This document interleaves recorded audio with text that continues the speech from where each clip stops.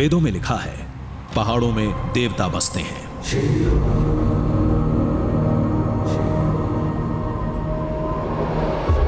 हजारों साल गुजरे, चोटियों का भूगोल बदला,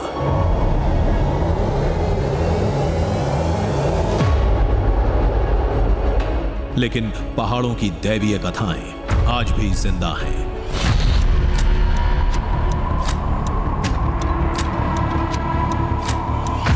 एक ऐसी ही कहानी की डोर थाम हम पहुंच गए कर्नाटक की सबसे ऊंची चोटियों में से एक कुमार पर्वत पर। कहानी कहती है, वहां महादेव शिव प्रकट हुए थे।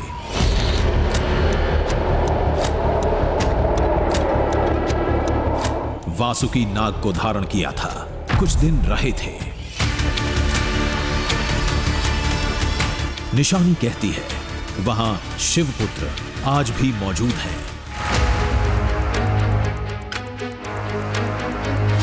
जिनका नाम है भगवान कार्तिकेय यानी मुरुगन स्वामी, मतलब सुब्रमण्य स्वामी। ऊपर सुब्रमण्य स्वामी है, वो आपको जाके उधर पता जाएगा। ऊपर अभी भी कार्तिकेय का वास है, अभी भी सबको उसका निशाना अभी भी मिलता है। जैसा आप नॉर्थ में देखे तो वहाँ कैलाश है, यहाँ साउथ में देखे तो यहाँ कुमार पर्वत है।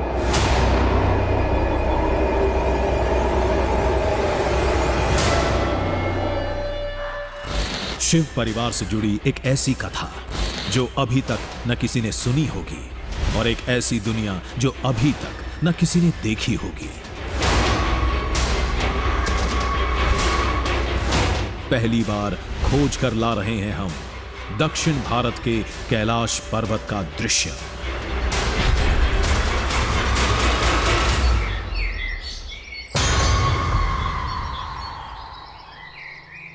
एक ऐसी धरती जहां शिव परिवार ने निवास किया, एक ऐसी धरती जहां आज भी शिवपुत्र कार्तिकेय अपने भक्तों को देते हैं दर्शन। नमस्कार, जय हिंद। मैं हूं अक्षय विनोद शुक्ल आपके साथ, और आज का दृश्य हम आपके लिए लेकर आने वाले हैं कर्नाटक की सबसे ऊंची चोटियों में से एक, कैलाश पर्वत की तरह पूजे जाने वाले कुमार पर्वत से।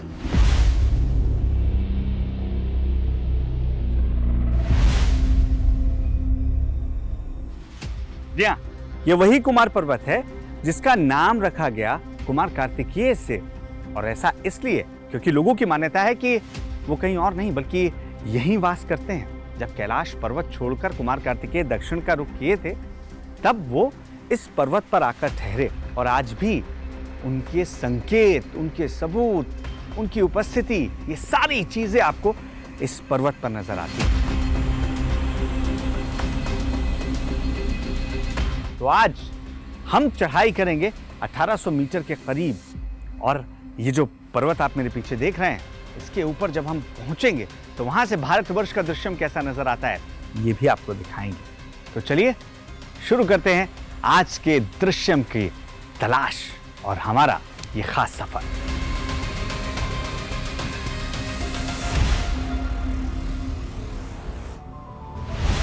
हम थे कर्नाटक में दक्षिण कन्नड़ जिले के कुक्के सुब्रमण्य शहर में।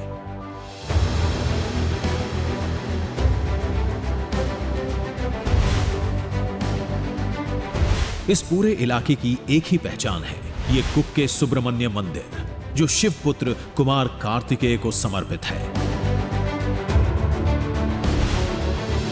दक्षिण भारत में भगवान कार्तिकेय को सुब्रमण्य और मुरुगन स्वामी के नाम से जाना जाता है।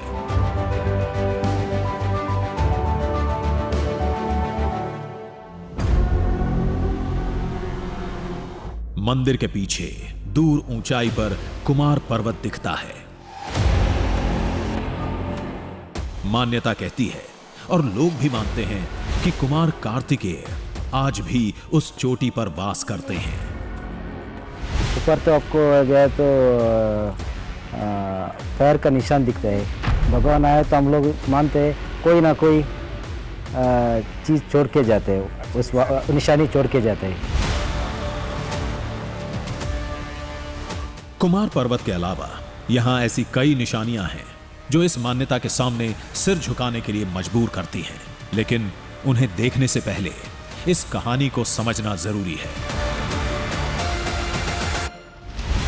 पुराणों में भगवान कार्तिकेय को देवताओं का सेनापति बताया गया है, साथ ही ये सांपों के देवता भी थे।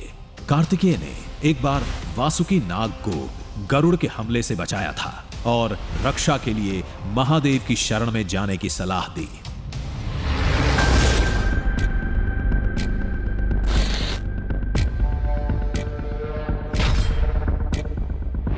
मंदिर के पास एक गुफा है। यहां से जुड़ा दावा बताता है कि यही वो गुफा है जहां वासुकी नाग ने तपस्या की थी।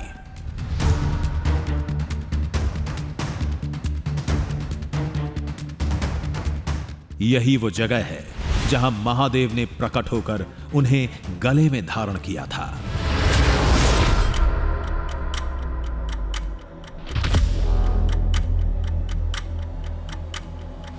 इस गुफा के भीतर कई सालों तक तप करने के बाद वासुकी को भगवान शिव के दर्शन प्राप्त हुए और वासुकी को भगवान शिव ने यह आशीर्वाद भी दिया कि तुम्हारी मदद के लिए कार्तिकेय इस जगह पर न सिर्फ आएंगे बल्कि वो यहाँ पर बसेंगे, यहीं के होकर रह जाएंगे। तब से लेकर आज तक मान्यता यही कहती है कि सुब्रमण्यम यानी कि कार्तिकेय जी वो इस जगह पर ही रहते हैं और कुमार पर्वत पर आज भी अपनी मौजूदगी का एहसास कराते हैं। बहरहाल जिस गुफा में वासुकी ने तप किया था वो अंदर से कैसी दिखती है वो भी आपको दिखाते हैं।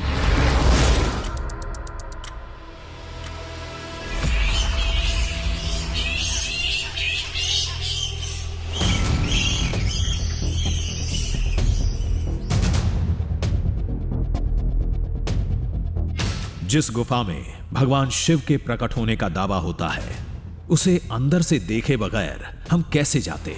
गुफा में जाने के कई तंग रास्ते थे और अंदर काफी बड़ी जगह थी, बिल्कुल सांप के बिल की तरह।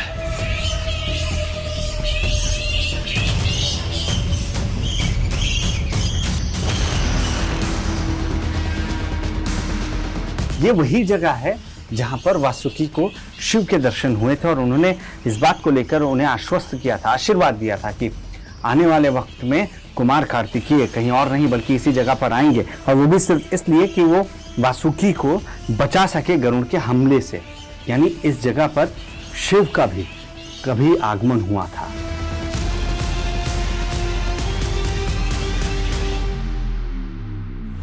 इस गुफा की कहानी पर लोगों को अटूट विश्वास है। माना जाता है कि यहां पूजा करने से सर्प दोष से मुक्ति मिल जाती है।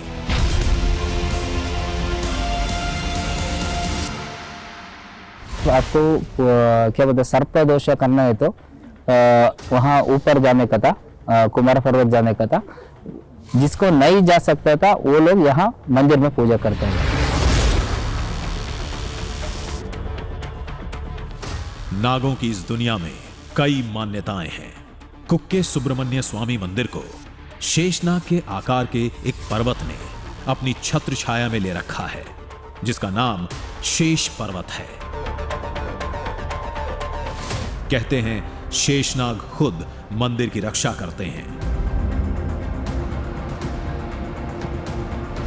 कहते हैं महादेव से मिले एक वचन को निभाने के लिए कुमार पर्वत पर युगों से भगवान कार्तिकेय वास करते हैं। यहां तक कि उनका विवाह भी उसी पर्वत पर हुआ था।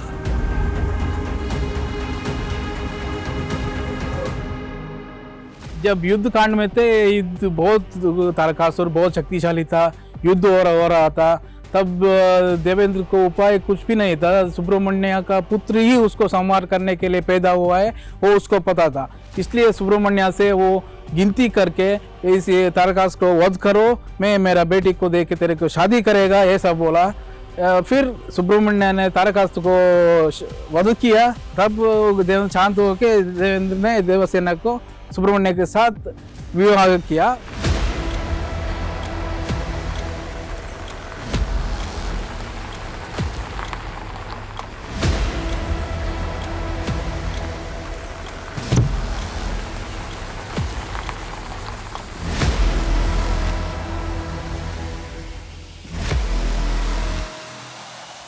मंजिल 12 किलोमीटर दूर थी। पहाड़ और जंगल की खतरनाक चढ़ाई करनी थी। रास्ता पुष्पागिरी वाइल्ड सैंक्चुरी से होकर गुजरता है, जहां जंगली हाथियों की भरमार है। एनिमल्स आते क्या? एनिमल्स आता है, एनिमल्स एलिफेंट भी आता है, सांबर भी आता है। सांबर हाईली डेंसिटी है इधर। एलिफेंट का हमने सुना मूवमेंट है। हाँ, कल यस्टरडे एलिफेंट का मूवमेंट ट्रैकिंग पाथ में हुआ है। अच्छा, हाँ, वो मतलब ट्रैकिंग पाथ पे भी ट्रैकिंग पाथ में आता है। ट्रकर्स का डिस्टरबेंस नहीं तो आता है। फॉरेस्ट अधिकारी ने जंगल का पूरा नक्शा दिखाया, वो इलाके भी बताए जहां हाथियों की हलचल रहती है। नक्शे को ध्यान से देखकर हम उस जगह जाने के लिए तैयार थे जिसे लोग दक्षिण का कैलाश पर्वत कहते हैं।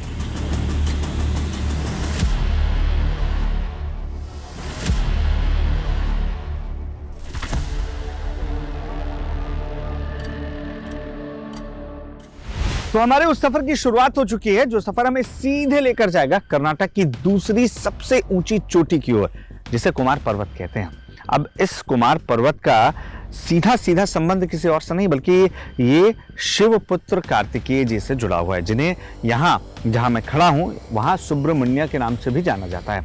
अब माना ये जाता है कि कार्तिकेय जी आज भी वहाँ पर निवास करते हैं। कुछ लोग तो ये भी हमें बता रहे थे कि हमारे लिए ये सीधे सीधे एक तरीके से कैलाश का प्रतिरूप हम मानते हैं, क्योंकि शिवपुत्र अगर वहाँ पर विराजमान है तो उनके पास शिव भी आते हैं।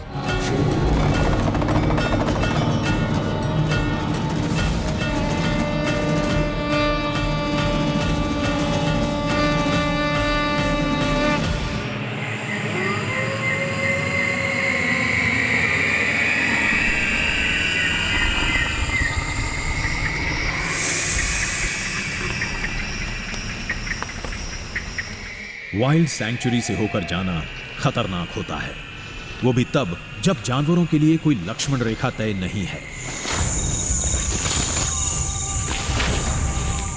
कहीं भी कभी भी सामना हो सकता है।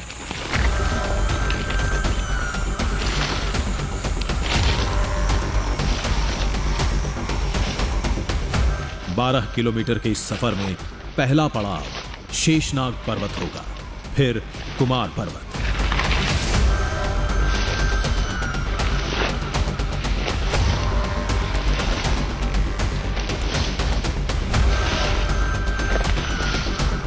माना सफर लंबा था, मुश्किलें भी बेइंतहा थीं, लेकिन कुमार पर्वत के दृश्यम के सामने हर चुनौती छोटी लग रही थी।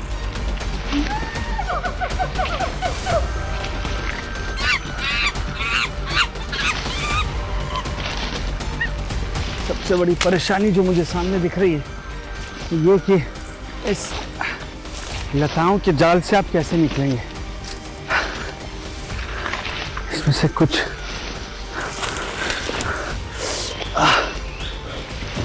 हल्की हैं, कुछ टूट सकती हैं।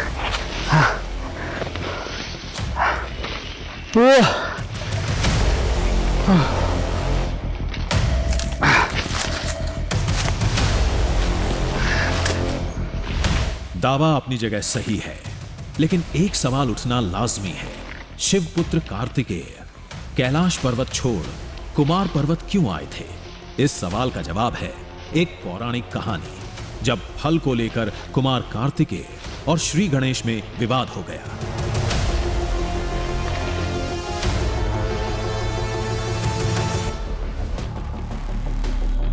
एक फल की लालसा को लेकर जब उनके माता पिता भगवान शिव और मां पार्वती ने कहा कि जो भी ब्रह्मांड के सबसे पहले चक्कर लगाएगा उसे इस फल का स्वाद चखने का मौका मिलेगा।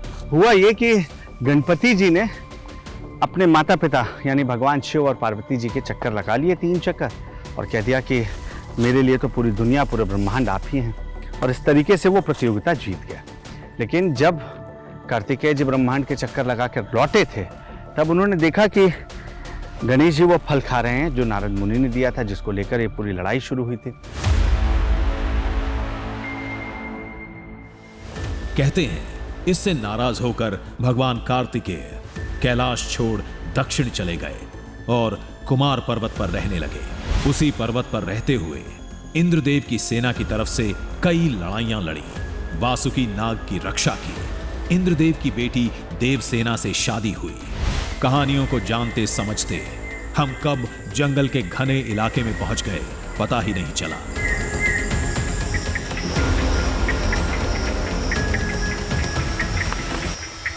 जब आप ऐसे जंगल में हो जहां आपको 2 फीट भी नजर ना आ रहा हो, देख रहे हैं आप कैसे आसपास झाड़ियां ही झाड़ियां हैं, और ये इतनी घनी झाड़ियां हैं कि अगर इसमें कोई जानवर छिपा बैठा हो तो भी आपको जानकारी नहीं होगी, भले आप बाजू से निकल जाइए, क्योंकि यहाँ कुछ भी देख पाना मुमकिन नहीं हो पा रहा है। ऐसे जंगल में रास्ते आपको मिलेंगे, इसकी उम्मीद नहीं के बराबर होती हैं। तब आपको कुछ इस तरीके से पेड़ों की बनाई पगडंडियों पर चलना पड़ता है।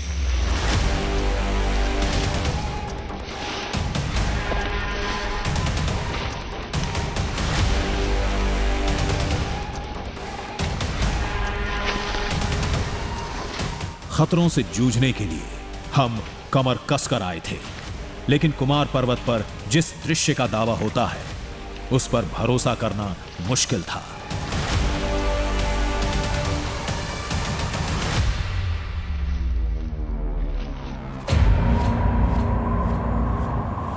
कहते हैं पर्वत पर आज भी भगवान कार्तिकेय का वास है, जो रोज सुबह उनकी मौजूदगी के संकेत देते हैं। निशानी कुछ भी हो सकती है, कुछ भी, कभी पैरों के निशान, कभी माला, तो कभी किसी अस्त्र के टुकड़े।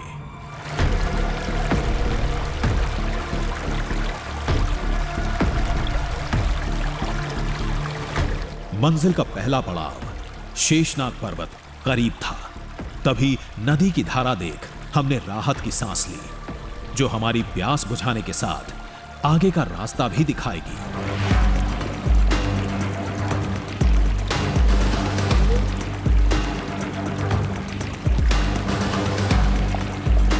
देखिए, जंगल में जब आप किसी ट्रैक पर हैं और आपको ऊपर की ओर जाना हो, तब आपको नदी मिल जाए तो ये 2 फायदे आपके लिए लेकर आती है। पहला ये कि नदी आगे बढ़ने के लिए जब रास्ता काटकर बनाते हुए जा रही होती है तो उसी रास्ते को फॉलो कर आप ऊपर पहुंच सकते हैं, जो बाकी रास्ते से अगर आपको इस तरीके के जंगल से होकर गुजरना हो उससे ज़्यादा आसान होता है।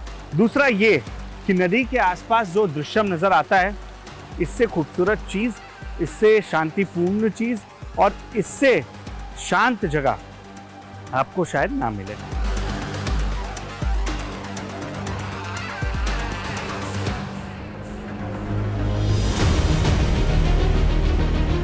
शायद इसी शांति और खूबसूरती के लिए कुमार कार्तिकेय ने इस पर्वत का रुख किया था।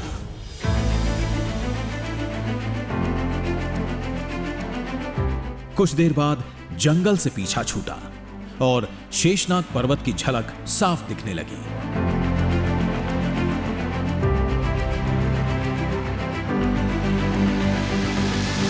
जिसकी पहली झलक ने हमें जोश से लबरेज कर दिया।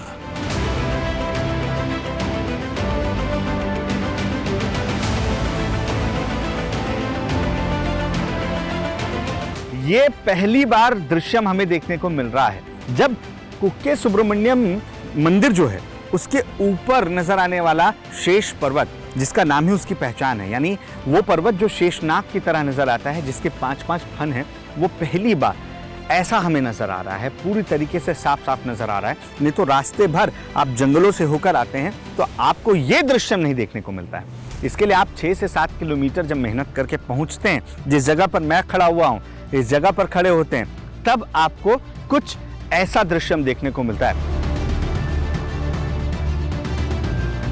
शेषनाग पर्वत कुमार पर्वत जाने का एक जरिया है। लोग इस संयोग को भी एक निशानी मानते हैं। इसे नागों के राजा भगवान कार्तिकेय और शेषनाग से जोड़ते हैं। विशालकाय घासों से लदी पहाड़ी को पार करने के बाद हम शेषनाग पर्वत के एक शिखर पर थे।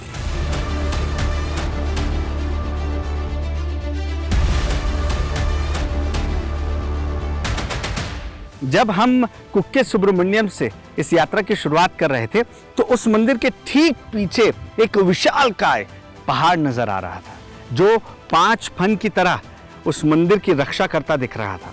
अब हम उस जगह पर मौजूद हैं जहां पर उसकी चोटी है, यानी हम शेषनाग के ऊपर खड़े हैं, आप ये मान सकते हैं, अगर ये शेषनाग के नाम पर रखा गया पर्वत है तो।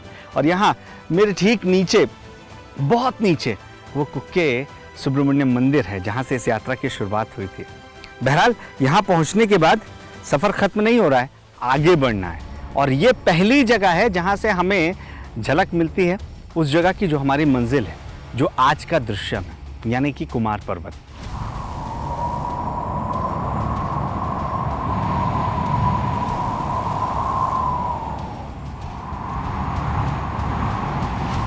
आंखों के सामने वो कुमार पर्वत था, दावे के मुताबिक जहां शिव पुत्र कुमार कार्तिकेय आज भी रहते हैं। शिव परिवार से जुड़े होने की वजह से इस घाटी को शिव घाटी भी कहा जाता है।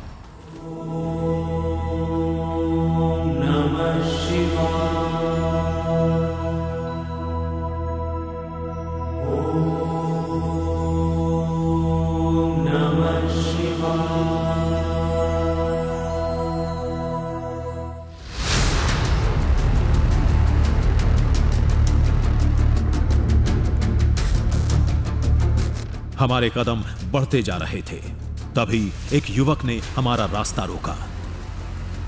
वेट क्या हुआ? हाथी है इधर से। किधर? इधर? इधर, हाँ इधर। यहाँ गुजर रहा है? हाँ लेकिन हमको तो ऊपर कुमार पर्वत पे जाना है। हाँ तो जा सकते हैं? जा सकते हैं, थोड़ा 10-15 मिनट्स आफ्टर वेट करना वेट पड़ेगा। करने पर। लेकिन हाथी दिख तो नहीं रहे। दिखते नहीं दिखते हैं, क्यों? फॉरेस्ट है, इनसाइड है, फॉरेस्ट है फुल। अच्छा,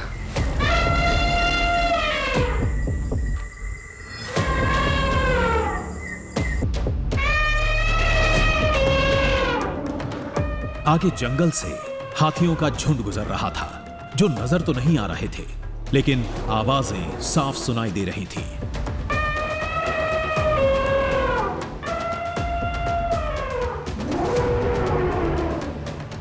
इस दृश्य को कैद करने के लिए हमने ड्रोन की मदद ली।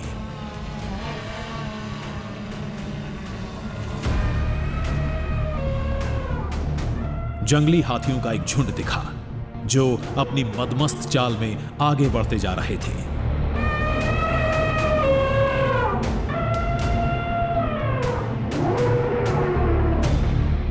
ये पुष्पागिरी वाइल्ड लाइफ सेंचुरी का सबसे शानदार दृश्य था, जिसे देखने की चाहत हर किसी की होती है।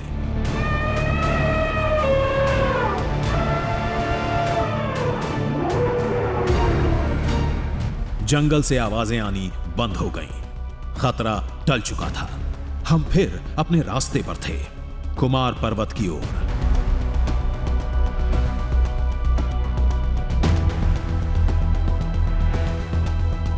चोटी सामने दिख रही थी। कुछ देर बाद हम वहीं होंगे। चोटी पर पहुंचने ही वाले थे कि ठीक उससे पहले हमें पत्थरों का एक ढांचा मिला, बिल्कुल विवाह के मंडप जैसा।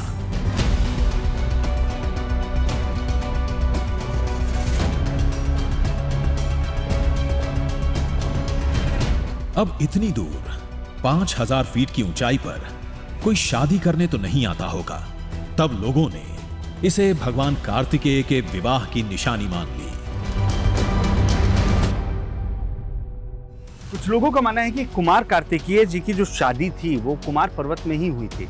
जो इंद्र के पुत्र यानी देवसेना के साथ उनका विवाह हुआ था वो इसी जगह पर हुआ था।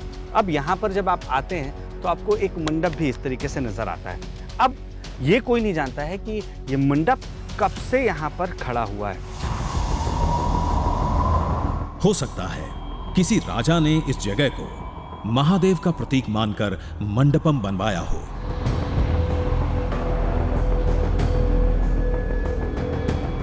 खैर, उस कहानी को वहीं छोड़ हम कुमार पर्वत की चोटी पर पहुंच गए। हम पहुंच गए।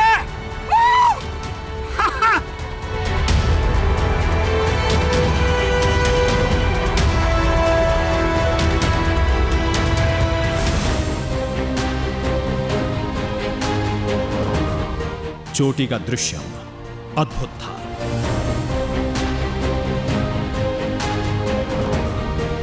कई छोटे छोटे मंदिर थे। मंदिर के अंदर शिवलिंग के आकार की 6 शिलाएं रखी थीं।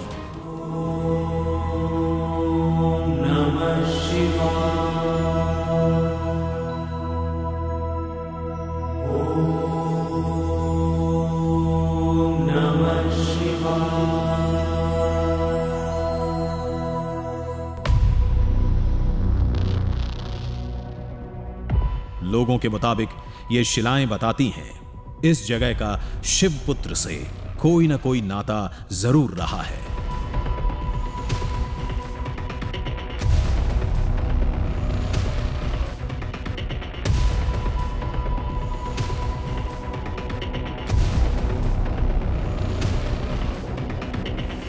कुमार कार्तिकेय को लेकर एक चमत्कारी बात कही जाती है। वो बात यह है कि कुमार कार्तिकेय एक महान प्रयोग से जन्मे थे, जिसमें 6 जीवों को एक शरीर में जन्म दिया गया था, और वो शरीर था कुमार कार्तिकेय का।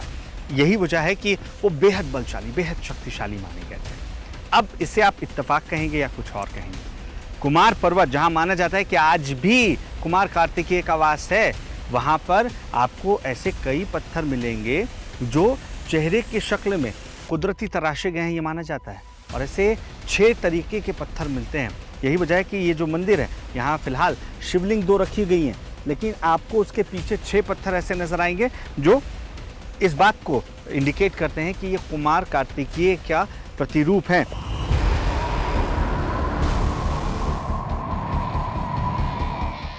ये मंदिर यहां कब से हैं? इन्हें किसने बनाया? अंदर ये 6 शिलाएं किसने रखी? ये कोई नहीं जानता। ये बरसों से मौजूद हैं।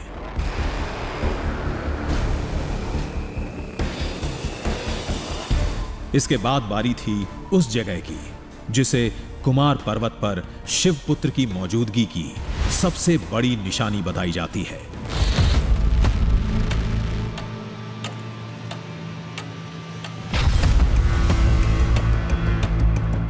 ये थे भगवान कार्तिकेय के चरणों के निशान। शिला पर 2 चरणों की आकृति साफ देखी जा सकती है। दावा कहता है ये शिवपुत्र कार्तिकेय के चरण हैं।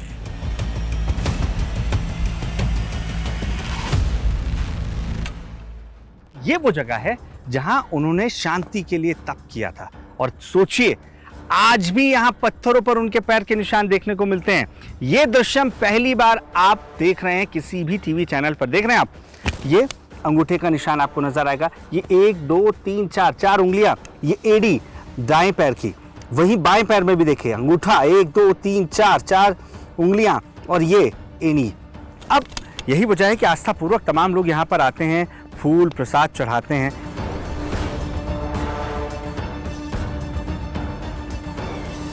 निशान का आकार बहुत बड़ा नहीं था, किसी कम आयु वाले बच्चे के लगते हैं। इस बात को मां पार्वती के श्राप से जोड़कर देखा जाता है। कार्तिकेय को मां पार्वती की तरफ से यह श्राप मिला था कि आप हमेशा ताउम्र बाल्यावस्था में रहेंगे, आप बढ़ेंगे नहीं। इस वजह से आज भी सोचिए, जो पैरों के निशान नजर आ रहे हैं वो किसी बच्चे की तरह ही नजर आ रहे हैं, यानी कि किसी नौजवान की तरह। ज्यादा बड़े पैर नजर नहीं आ रहे हैं। सूखे फूल बता रहे थे इस जगह में लोगों की गहरी आस्था है। यह भरोसा उस समय और भी मजबूत हो जाता है जब सुबह भगवान कार्तिकेय से जुड़ा कोई ना कोई साक्ष्य इस चोटी पर मिलता है।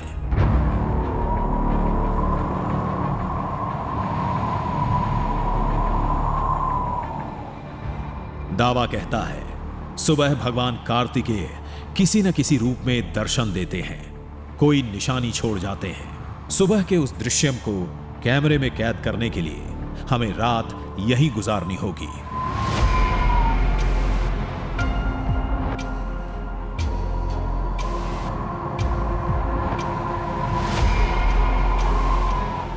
तो आखिर कुक्के सुब्रमण्यम से हमने जिस यात्रा की शुरुआत की थी, उसके अब मुकाम पर हम पहुंच चुके हैं। यानी कुमार पर्वत के ठीक ऊपर मैं खड़ा हुआ हूं। 12 किलोमीटर का यह सफर तय करने में हमें तकरीबन 6 घंटे का वक्त लगा है। लेकिन अब देखिए, सनसेट हो चुका है।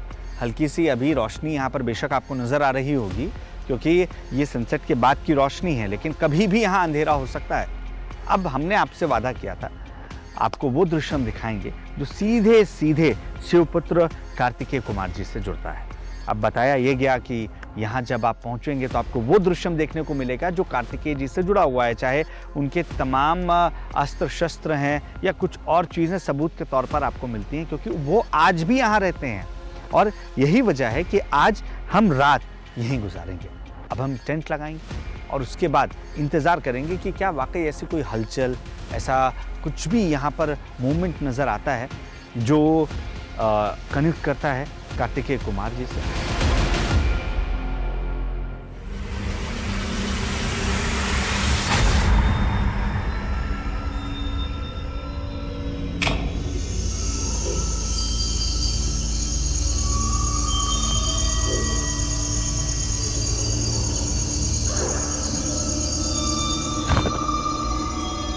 बियाबान चोटी पर रात गुजारना खतरे से खाली नहीं था, लेकिन सुबह के दृश्यम के लिए हमें यह खतरा उठाना पड़ेगा।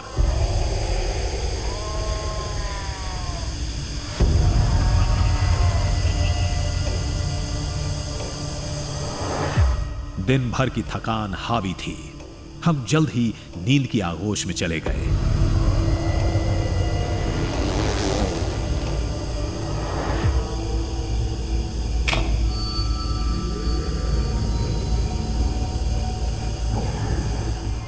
रात के वक्त जंगल का कोई दृश्य नहीं दिखता, केवल सुनाई देती हैं वो भी दिल दहला देने वाली खौफनाक आवाजें।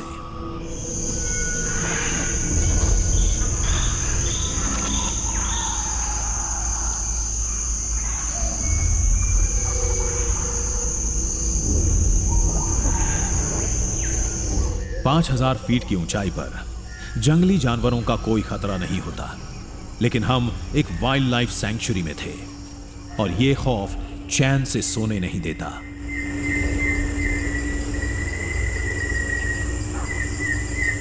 हम दरअसल एक सेंचुरी के भीतर हैं और यही वजह है कि जो हिदायत हमें दी गई थी कि रात के वक्त आप बाहर मत निकलिए, क्योंकि जानवरों की आवाजाही रहेगी।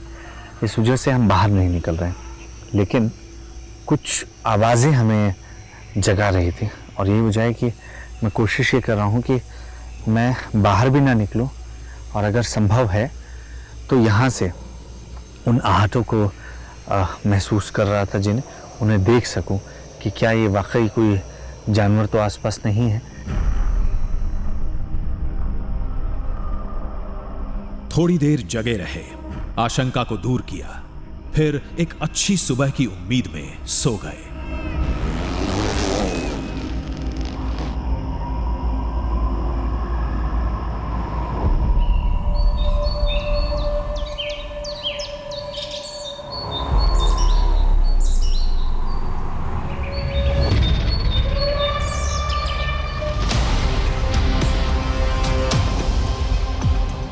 सुबह होते ही हम चोटियों पर निशानियों की खोज में जुट गए। कहते हैं भगवान कार्तिकेय अपने होने का साक्ष्य खुद देते हैं।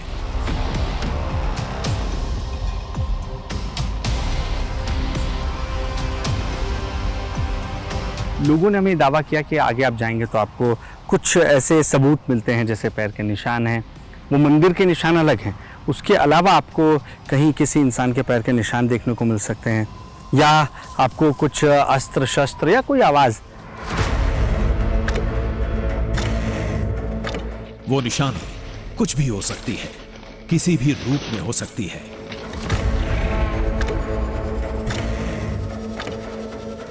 बस इतना जानते हैं, वो कुछ ऐसा होता है जिसे देखते ही लोग चौंक जाते हैं।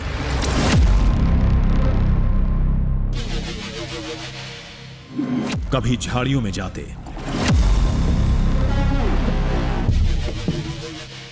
कभी चोटी पर खोजते। वक्त गुजरता जा रहा था, लेकिन हम अभी तक खाली हाथ थे।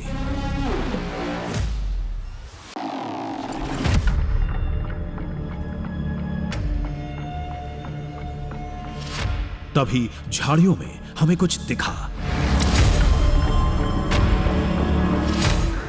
एक सेकेंड अजय, इधर है ना। ये एक मोरपंख था। क्या ये वही निशानी थी जिसका लोग दावा करते हैं?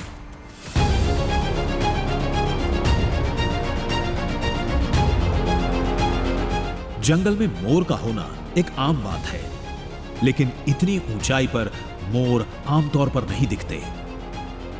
देखिए अभी हम तकरीबन 1800 मीटर की ऊंचाई पर हैं। आसपास पेड़ पौधे हैं या नीचे एक घना जंगल था।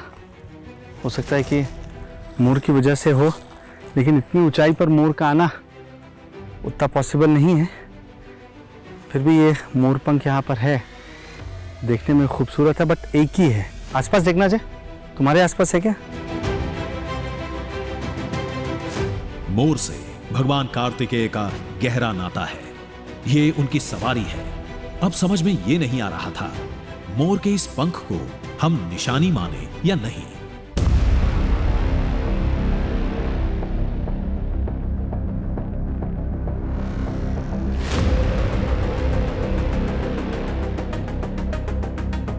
आसपास कुछ और तो नहीं है? एक सेकेंड, देखना देखना, तुम भी देखना अजय। झाड़ियों में कुछ और मोरपंख मिले।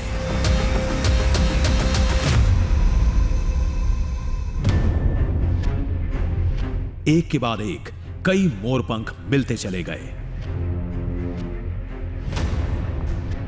अरे अजय एक सेकेंड, दौड़ कर आओ, इधर आओ। अरे यहाँ बहुत सारे मोरपंख हैं। हम मोर पंखों को इकट्ठा करने में जुटे थे, तभी एक तेज आवाज गूंजी। करो करो करो, एक सेकेंड रुको। सुब्रमण्य स्वामी का संकेत है ये मोरपंख? हाँ। अरे भैया यहाँ मोर भी तो आ सकता है। मोर नहीं आ सकते हैं इधर। क्यों, इतना ऊपर मोर नहीं होता क्या? नहीं आ सकते। तो फिर ये कैसे? अजय इधर देखो यार, ये कितने मोरपंख यहाँ पर पड़े हैं। क्या ये उनका संकेत आप बोल रहे हैं? हाँ, सुब्रमण्य स्वामी का संकेत है।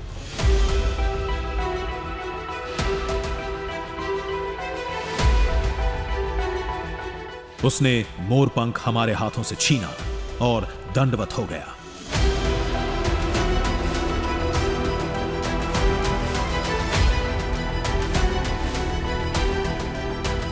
लोगों ने कहा था पैरों के निशान मिलते हैं, फूलों की माला मिलती है, किसी अस्त्र के लोहे के टुकड़े मिलते हैं, लेकिन मोरपंख की बात किसी ने नहीं बताई थी।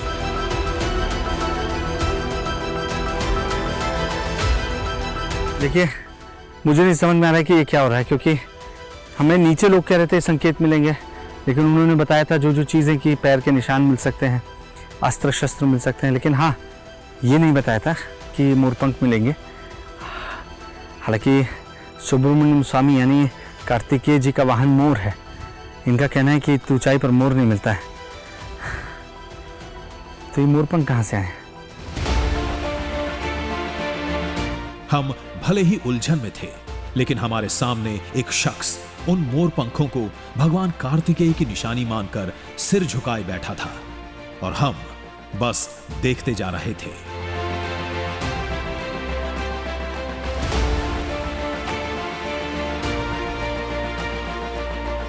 पूरी आस्था के साथ हम उन निशानियों को वहीं छोड़ लड़के के साथ लौट गए, लेकिन साथ में एक सवाल था, आखिर वो मोरपंख कहां से आए?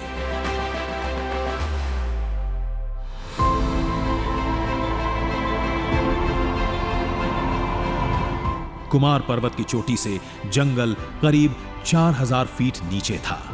मोर जैसा भारी भरकम पक्षी इतनी ऊंची उड़ान नहीं भर सकता, लेकिन चोटी पर भी झाड़ियों का एक छोटा जंगल था। हो सकता है यहां मोरों का पहले से ही बसेरा हो। वैसे हमें एक भी नहीं दिखा था, लेकिन जिस चोटी की कहानी मोर की सवारी करने वाले कुमार कार्तिकेय से जुड़ती है, वहां मोर या उसके पंख मिलते हैं, तो आम लोगों के लिए ये एक निशानी ही होगी। अब ये जो भी था, जैसा भी था, यही था दक्षिण के कैलाश पर्वत कहे जाने वाले कुमार पर्वत का दृश्य।